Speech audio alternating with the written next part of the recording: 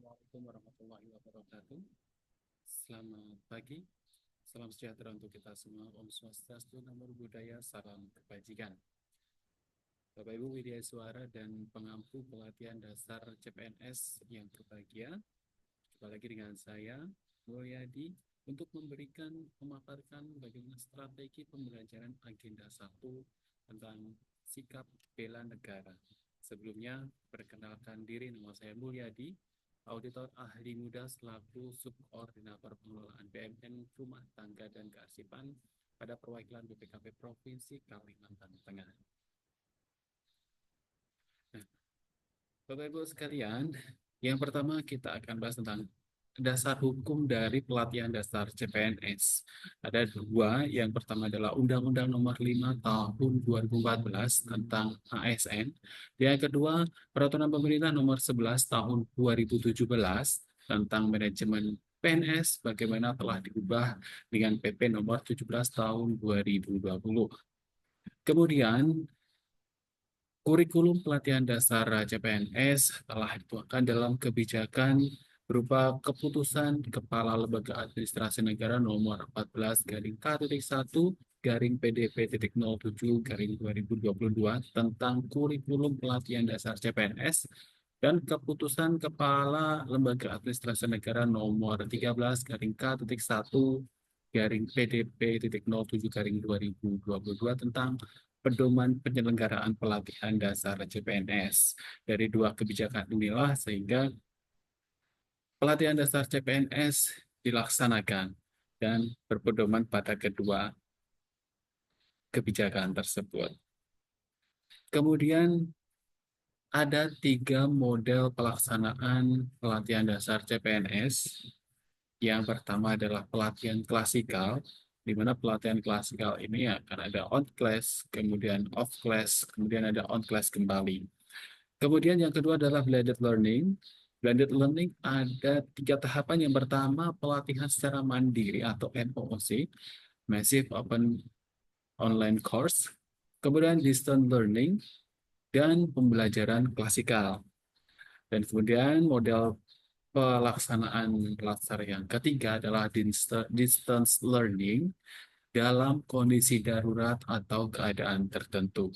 Nah, pada saat ini kita akan lebih membahas di metode model yang kedua, yaitu blended learning, dimulai dari MOOC, kemudian distance learning, dan pembelajaran klasikal. Kemudian kita bicara kurikulum pelatihan dasar CPNS. Nah, apa saja sih kurikulumnya berdasarkan peraturan kebijakan dari Peraturan Kepala LAM tadi? Ada 4 agenda. Yang pertama, sikap perilaku bela negara. Kemudian agenda kedua, nilai-nilai dasar PNS. Agenda ketiga, kedudukan dan peran PNS. Dan agenda keempat, habituasi serta pembelajaran PKTBT. Nah, pada kesempatan kali ini kita akan fokus di agenda yang pertama, yaitu sikap perilaku bela negara. Ada apa aja sih di sikap perilaku bela negara ini? Akan ada 3 mata pelatihan. Ya. Yang pertama adalah wawasan kebangsaan dan nilai bela negara. Kemudian analisis isu kontemporer. Dan mata pelatihan yang ketiga adalah kesiapsiagaan bela negara. Di agenda yang pertama ini, setelah mengikuti MOC, kemudian ada distance learning-nya secara sinkronus selama 5 JP dan asinkronus selama sebanyak 22 JP. Kemudian setelah itu dilanjutkan juga dengan pembelajaran klasikal. Berikutnya, ini tentang jadwal dasar CPNS. Nah, untuk agenda pembelajaran agenda 1 dilaksanakan di hari ke-1, ke-2, dan ke-3. Jadi selama 3 hari ini, 3 hari akan mengulas tentang agenda 1. Hari pertama dilaksanakan sinkronus selama 2 JP, 2 jam pelatihan. Kemudian peserta melanjutkan dengan asinkronus selama 8 jam pelatihan. Dilanjut di hari kedua, peserta melakukan pembelajaran secara asinkronus atau belajar mandiri selama 8 jam pelatihan. Berikutnya, pada hari ketiga akan ada pembelajaran secara sinkronus selama 3 JP, dilanjutkan dengan asinkronus selama 6 JP. Jadi jika di total dari 3 hari ini sebanyak 5 JP sinkronus dan 22 JP asinkronus. Nah, kemudian kita masuk ke agenda 1 tentang bela negara. Apa sih yang akan dibahas di agenda 1 itu? Yaitu di agenda 1 akan membekali peserta dengan pemahaman wawasan kebangsaan melalui pemaknaan terhadap nilai-nilai bela negara, membangun sikap kritis terhadap isu kontemporer, dan memiliki kemampuan untuk menunjukkan sikap perilaku bela negara dalam suatu kesiapsiagaan yang mencerminkan sehat jasmani dan mental dalam melaksanakan tugas jabatan sebagai PNS profesional. Kemudian dari situ indikator-indikator keberhasilannya yang pertama, peserta harus mampu menjelaskan wawasan kebangsaan dan nilai-nilai yang mendasari sikap perilaku bela negara. Yang kedua, peserta mampu menjelaskan analisis isu kontemporer. Kemudian yang ketiga, indikator keberhasilannya adalah peserta mampu melakukan praktek yang mencerminkan sikap kesiapsiagaan fisik dan mental yang melatih kedisiplinan, kepemimpinan, kerjasama, dan prakarsa kesiapsiagaan bela negara.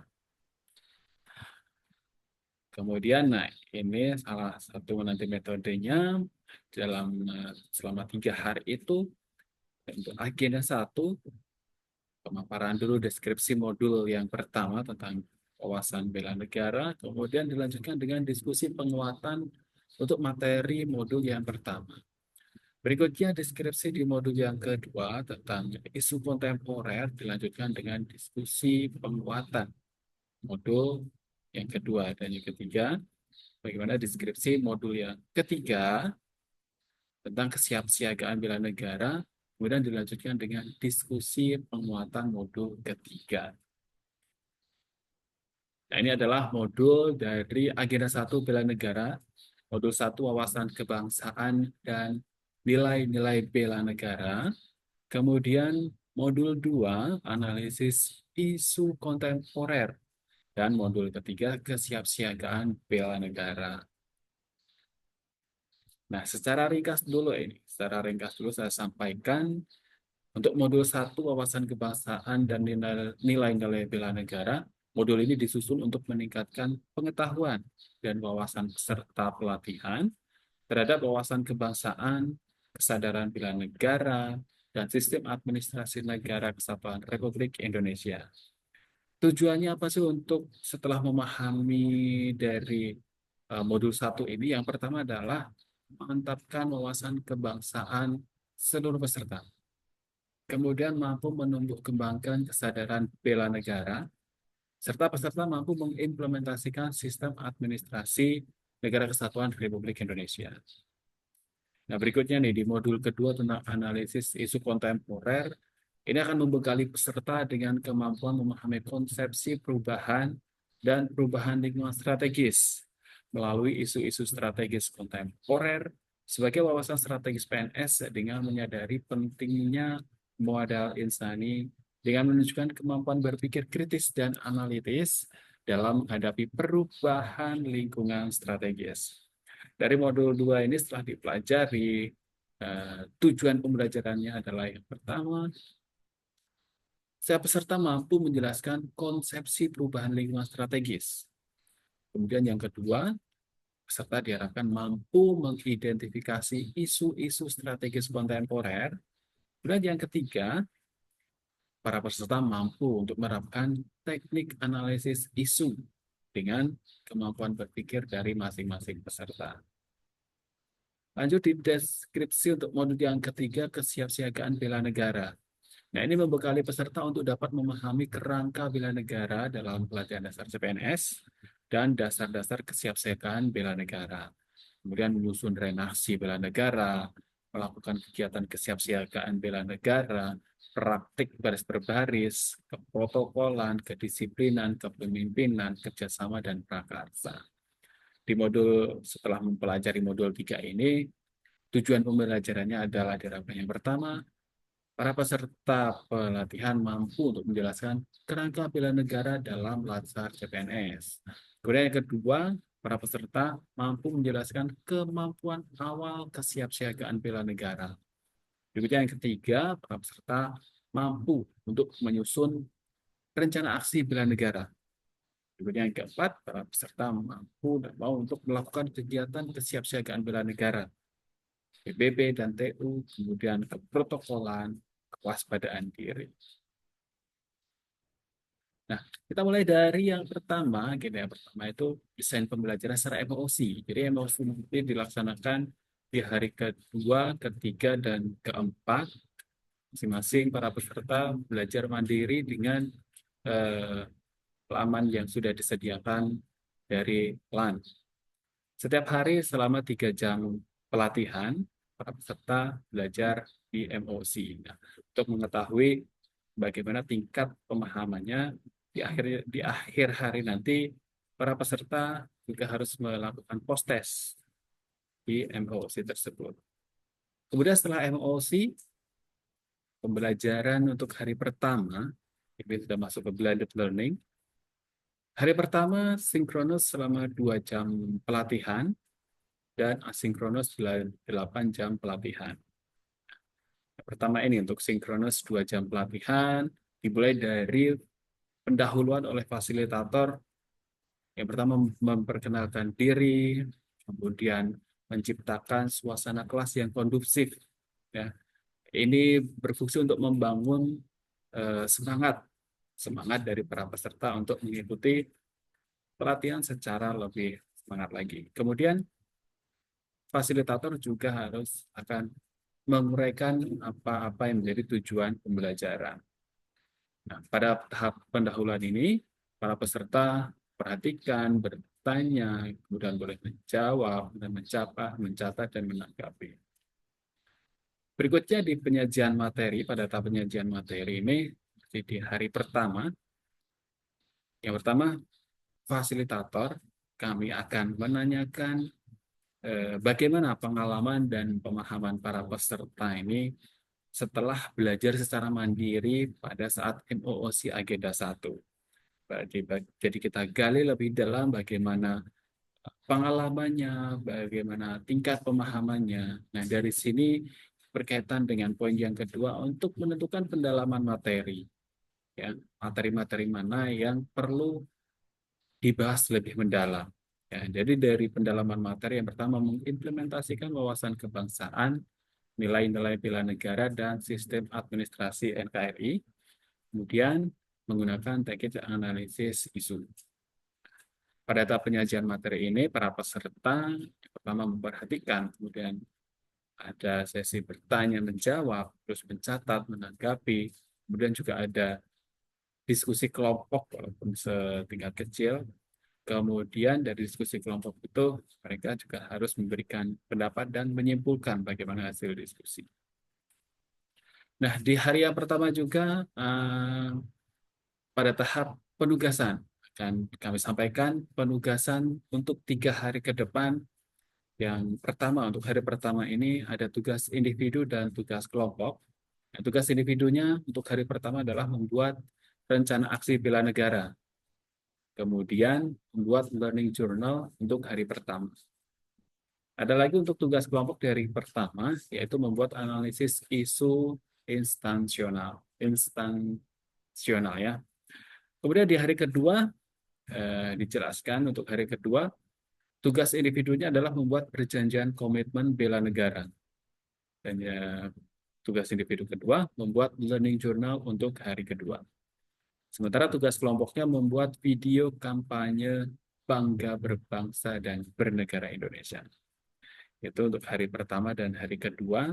Kemudian untuk penugasan di hari ketiga, tugas individunya adalah membuat learning journal untuk hari ketiga. Sementara tugas kelompok membuat podcast kesiapsiagaan bela negara PNS. Nah, Untuk sinkronus yang hari pertama ditutup dengan kegiatan penutup. Ya, di kegiatan ini fasilitator akan merangkum materi yang telah dibahas selama 2 jam pelatihan, kemudian menutup dengan ucapan terima kasih dan memberikan apresiasi kepada para peserta atas antusiasmenya dan semangatnya.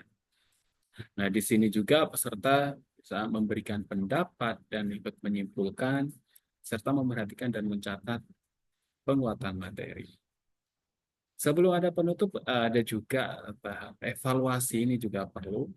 Setidaknya untuk mengukur secara cepat ya bagaimana tingkat pemahaman para peserta ini. Misalnya di sini saya sebutkan 3. Ya, ini misalnya aja nanti bisa berkembang. Yang pertama, saya meminta pada peserta untuk coba sebutkan apa saja 4 konsensus dasar bernegara. Kemudian bagaimana proses analisis isu kontemporer. Dan kemudian yang ketiga, apa saja dasar hukum bela negara. Nah, ini akan pertanyaan-pertanyaan ini yang akan dijawab oleh para peserta. Medianya apa? Medianya bisa melalui Kahoot Quiz ataupun media-media langsung secara langsung begitu. Kemudian untuk asinkronus 8JP atau belajar mandiri ya sebenarnya ya.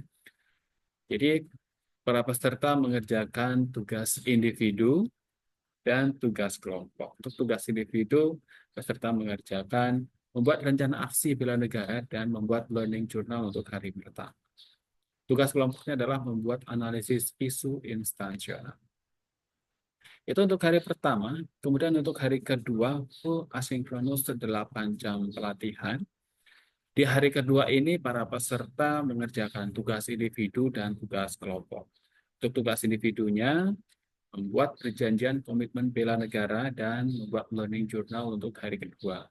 Kemudian untuk tugas kelompoknya, membuat kampanye bangga berbangsa dan bernegara Indonesia. Jadi untuk hari kedua full asinkronus.